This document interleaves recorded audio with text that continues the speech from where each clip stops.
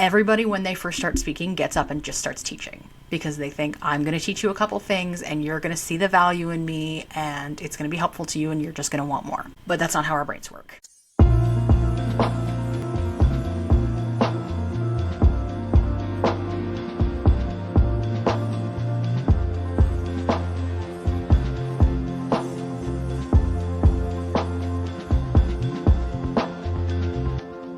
Well, hey, welcome back to the Amanda Kaufman Show. And today I'm chatting with Cari Brunton, who makes getting clients fun.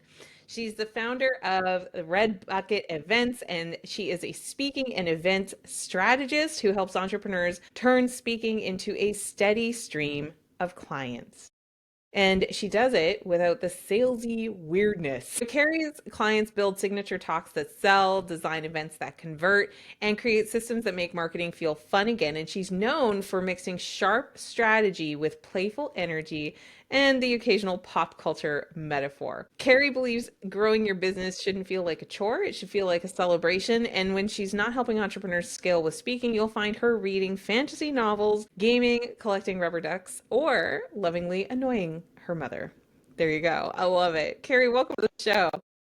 Thank you so much for having me, Amanda. I'm so happy to be here today. I love it. So Red Bucket Events. Tell me about this Red Bucket. What is that? So there comes a wonderful time when we all have to name our business, right? And I just initially was working off of Brunton Events and it didn't sit right to me. I knew that my brand was going to be bigger than myself, but I also wanted something fun and kind of different and really memorable. And one day it occurred to me that there is this red bucket that sits on my desk, and I've had it for many years now. And whenever I have a really good idea, I go to the bucket to write it down. And so what if I built a business where clients could go to the bucket every time they had a great idea? Oh, that's And so clever. Red Bucket Events was born. I love it. So speaking in events, what is it about that strategy that you wish more entrepreneurs really knew? Like I just finished doing a coaching call actually, not 10 minutes ago. We were talking about speaking as a strategy. What is it about that you think is so important for an entrepreneur to really understand? Most people come and they have this preconception that it's going to be really onerous and it's going to be a lot of work because they constantly think that they have to write a new speech every time they're going to speak. And that they have to develop new content. And that's the same issue that they already had with social media or blogs or any of the other things, was they don't want to constantly be trying to make something new because it's stressful and it makes you feel like you're a hamster caught in a little cage, just running and running and running. I personally really hate that feeling. And what I am happy to help a lot of people understand is that you don't have to do that. You can write one great talk and take it a whole bunch of places. You can give the same talk 80 times, you can give it 240 times. It's about finding a new place to give it, and that takes a lot less time and energy than constantly trying to make something new from scratch. Interesting. And so it creates a really streamlined strategy, which I really love. Yes, yes. And who benefits the most from having a keynote? So keynotes, and this is where terminology gets thrown around and changed a lot. A keynote speech is usually someone who's being paid to be there. And a keynote usually isn't about selling. It's usually more about inspiring or educating. So what I help people do is get on stage to actually sell their services. So they're not necessarily doing a keynote, but they might be doing a masterclass. They might be talking at a summit. They might be doing a guest spot at a networking meeting or with groups like that. So you can absolutely do a keynote and get out there and go that way. But I like to encourage people to be able to sell right away because they'll see returns faster. So talk to me a little bit about that. Like, how do you find those opportunities where you can, sell? Like, what is the real difference between becoming like a speaker for hire and someone who's speaking to sell? Yeah, so the big difference is when you get paid. So speaking to sell is you are selling your program and you get paid in however many people buy your program. Getting paid to speak means you get a flat fee. This is how much you're getting paid. You usually get paid at least partially in advance. You get up, you speak, you're paid, you're done. But there's a cap on that. It is whatever the payment is. Speaking to sell, the better you are, the more you sell, the more money you make. And so the big difference is going to be in the way you approach it and how you talk about it. So for entrepreneurs who are looking to sell their services, who don't just necessarily want to get up and talk to and get paid that way, and there's nothing wrong with that. I know people who do it and love it, but some of us just want to fill our programs. And so for that, you're more looking at, summits that you can speak on. Can you speak on at other people's business events? Can you speak to networking groups? Things like that you're not necessarily getting paid up front, but you can get paid way more in the long run because people become 40% more likely to buy from you once they've heard you speak. So, talk to me a little bit about the opportunity here, because I don't think everybody who's listening understands or realizes the world of like summits. Like maybe a thought they might be having is, why on earth would someone invite somebody to speak if all they're going to do is sell? Can you help us understand that world of like where it is okay to pitch? Absolutely. We get tangled up in the notion of selling, right? Because we have this long-term cultural bias of, the sleazy car salesman. And it dates way back when people were selling alcohol and calling it a magic potion to make you brave. And those people sucked, right? Like, let's be honest, they were liars and they just sucked. Yeah. We are not those people. We are trying to sell services that genuinely help people. And so speaking to sell isn't about being sleazy. It's not about that kind of thing. And sometimes it doesn't even necessarily include a pitch. It's just about showing up and talking in a way that makes people want to engage with you after. And maybe you just want to drop a freebie so that they have that opportunity, right? So it's a matter of reframing it in your mind, of getting out there, helping people really see your services and the value that you have to offer and how brilliant and amazing you are. And just doing that by opening your mouth and letting words come out, which hopefully comes somewhat naturally to you. What if it doesn't? What if people are like, okay, I see the opportunity and I can see why this would be a skill that would be really important. What would you suggest to somebody who's maybe got the stage fright and they're not sure about getting up there and really doing this thing? Absolutely. I see this in my clients all the time, and they're like, Cari, I know that this could be so good for my business. This could be awesome for visibility, for sales, for all of it. I am terrified every time I try to do the talking thing. As soon as, as soon as I step on stage, as soon as the camera turns on, anything like that, I clam up, the sweat starts going, any of those things. And so what I tell them is deep breath. You don't have to speak in front of 500 people tomorrow. So start in ways that make you comfortable. Maybe it is guesting on a podcast, which is a form of speaking. Maybe it's webinars, which are one of the best ways to get started because you control everything. You control how many people are in the room, who's in the room, what you're allowed to say and not say. All the things that can sometimes get a little bit slightly more complicated when you're speaking on someone else's stage, because they get to make the rules. But if you start with a webinar, it's your rules, it's your world, and it's your stage, so you can do whatever it takes to make yourself feel okay. And that might even mean inviting 10 specific people who are friends and only speaking in front of them at first until you get more comfortable. And it's one of those things that gets better with practice and time. And I can tell you that 95% of my clients have come to love speaking and enjoy it over time. Absolutely. Because at the end of the day, it's talking about yourself and talking about your business. So it should be talking about stuff you love. Mm-hmm. So hopefully you can have some fun with that. What personally motivated you to consult on speaking? Like what is it about this that lights you up? So here's my bit of a freakish backstory. I started public speaking when I was 4. Okay. And yes, I know that's super weird. My school had a program. I got to go out of school for a day. I got to go have lunch at Harvey's. It was, it was a whole great thing. When you're 4, it's like the best thing ever. And I just kept doing it every year because it felt relatively easy. And again, I got to get out of class and go eat burgers. And all I had to do was do this short little public speaking thing. So it's always been fairly natural to me. When COVID happened, my business got shut down. I had only been doing live event planning, and I'm up in Canada, and we went 2 years without live events. So clearly I needed to do something. I'm ripping my hair out, crying on the couch, trying to figure out what on earth I'm going to do. And suddenly people started asking me about webinars. And it started as marketing them and handling them as events, which felt very natural for me. But as I was watching people speak, I was like, we can make some changes here that would make this way more effective. I could see the way that they weren't using their body language correctly, and they weren't changing their tones, or they were just flat out using the wrong kind of language to get people excited.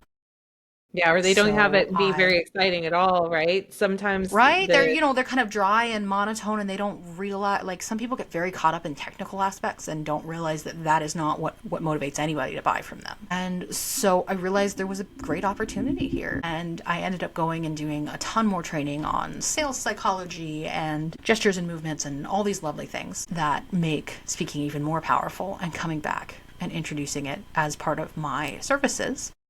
And I haven't looked back ever since, because I am unbelievably passionate about helping entrepreneurs grow their businesses. My father is an entrepreneur, my brother's an entrepreneur, my husband's an entrepreneur. I collect them everywhere I go. And you so love the entrepreneurial world. I laugh because, dragons hoard gold, I hoard entrepreneurs. And so I have seen up close and personal how rough it is when business isn't going well and when it's inconsistent, and how that affects you and your family and your friends. And it just creates this really gross ripple effect that's not good for anybody. So if I can help my clients see an easier way to create that consistency and turn it into a positive ripple effect where they are helping people around them, everybody's excited about their business, their family's happy and healthy, then that's exactly where I can be. And I can't think of a better way to spend my time. I love that. I love that. If somebody was wanting to, become the best speaker that they could be for 2026, what do you think are some of the things they should really be paying attention to in order to stand out from the hordes? They are coming. Mhm. Yeah, because like everybody needs to be successful, right? And so I've been helping coaches build a business, and one of the things that coaches always say is like anybody could call themselves a coach. Well, it's kind of the same, so to speak, on speaking. So like if somebody wants to be Absolutely. genuinely successful, top 10, 20% of speakers, what do you notice they do differently than somebody who's approaching this, shall we say, casually? So, one of the first big things is understand the difference between speaking to sell and teaching. Everybody, when they first start speaking, gets up and just starts teaching because they think, I'm going to teach you a couple things and you're going to see the value in me and it's going to be helpful to you and you're just going to want more. But that's not how our brains work. Learning is a fairly passive activity, whereas decision making, so choosing to buy something, is an active activity. So they occur in different parts of your brain. So we have to be careful how much we teach and how easily we leave our audience in that passive sector. We want them ready to make a decision. The other thing I see is simply like being a professional goes such a long way. Be courteous and kind to any hosts that you're working with, get your materials in on time, be organized, show up, smile, just be aware of the energy that you're bringing to the room. That's a big thing. If you bring the room down, I'm not having you back. That's not what I want for my stages. So that's a big thing. And authenticity goes so far. Stop trying to be someone you're not. Be you. You is wonderful. You is awesome. Let it out. Hmm. So those are the Hmm. big places I would start if you want to set yourself apart. Hmm. Yeah, that's super helpful. What is something that no one ever asks you, but you wish that they would when it comes to speaking and being successful? That's such a good question.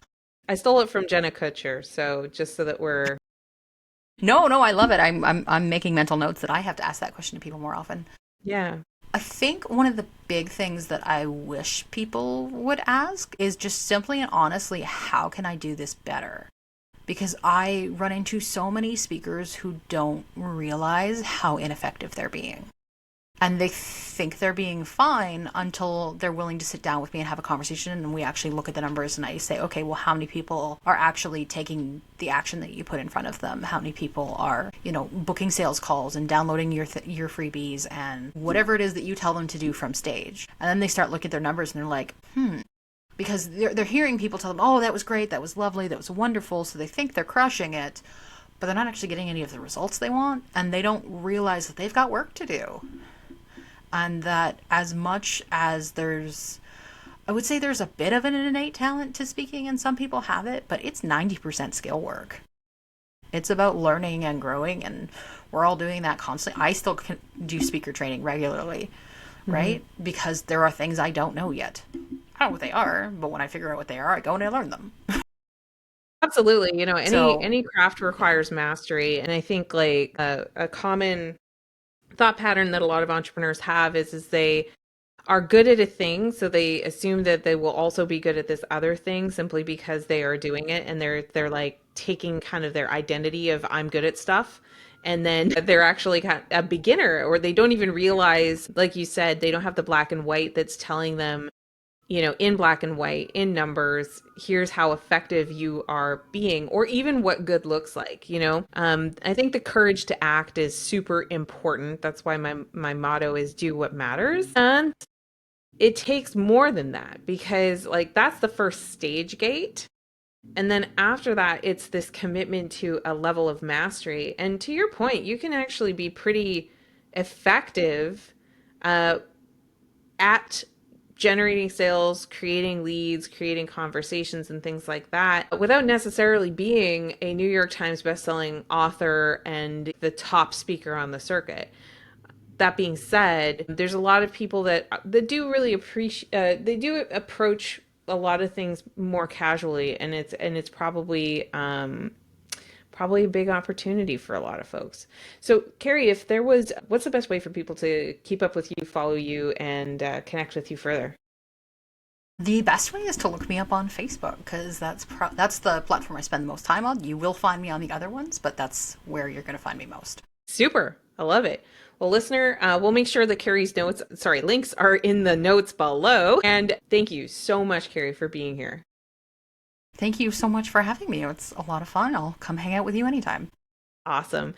And dear listener, if you've got a friend who is thinking about adding speaking to their repertoire, make sure you grab the link to this episode and send it to them over DM or text, however you guys like to connect. And if you haven't already, make sure you smash that subscribe button so you never miss a future episode. And Do it. if you're loving our show, just make sure you take a beat and share an honest review, because it does help people to decide whether they want to spend time with us, and every review is an absolute gift. So thank you so much for taking the time to do that. And until the next time, make sure that you just stay focused and do what matters.